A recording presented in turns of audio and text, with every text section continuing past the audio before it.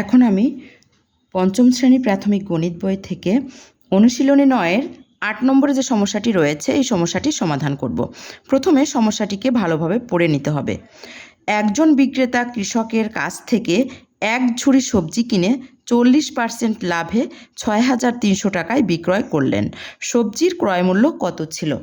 তাহলে এখানে আমাদের চেয়েছে হচ্ছে ক্রয় মূল্য। তাহলে আমি সময় বাঁচানোর জন্য আগে থেকে কিছুটা লিখে নিয়েছি।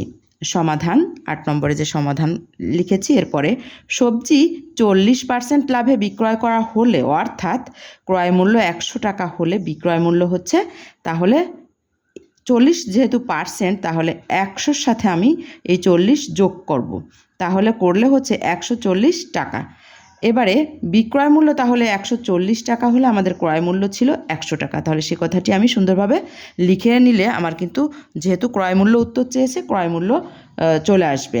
তাহলে বিক্রয় মূল্য 140 টাকা হলে ক্রয় মূল্য 100 টাকা। অতএব বিক্রয় মূল্য 1 টাকা হলে ক্রয় মূল্য আমাদের ভাগ করতে হবে, তাহলে 100 ভাগ 140 টাকা।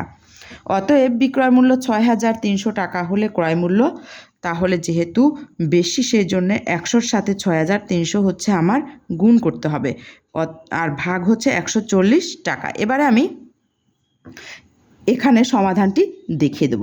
প্রথমে আমি 10 দিয়ে ভাগ করব 100-কে, তাহলে 100-কে 10 দিয়ে ভাগ করলে হচ্ছে 10, আর 140-কে আমি 10 দিয়ে ভাগ করলে হচ্ছে 14। এবারে আমি 2 দিয়ে আমি 10-কে ভাগ করলে হচ্ছে 5, আর 2 দিয়ে যদি আমি 14-কে ভাগ করি তাহলে 7 2 14, 7। এবার আমি 7 দিয়ে ভাগ করতে পারবো 6,300-কে এবং 7-কে 7 দিয়ে ভাগ করতে পারবো। তাহলে 7-কে 7 দিয়ে ভাগ করলে আমার হচ্ছে 1। এবার 6,300-কে যদি আমি 7 দিয়ে ভাগ করি, আমরা জানি 6 9 63, তাহলে 900 হবে এখানে।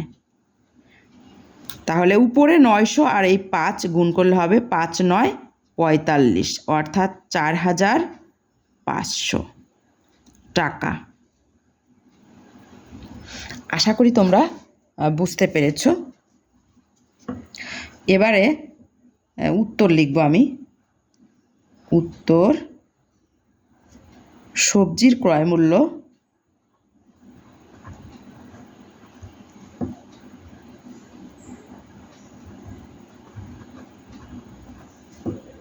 4,500 টাকা।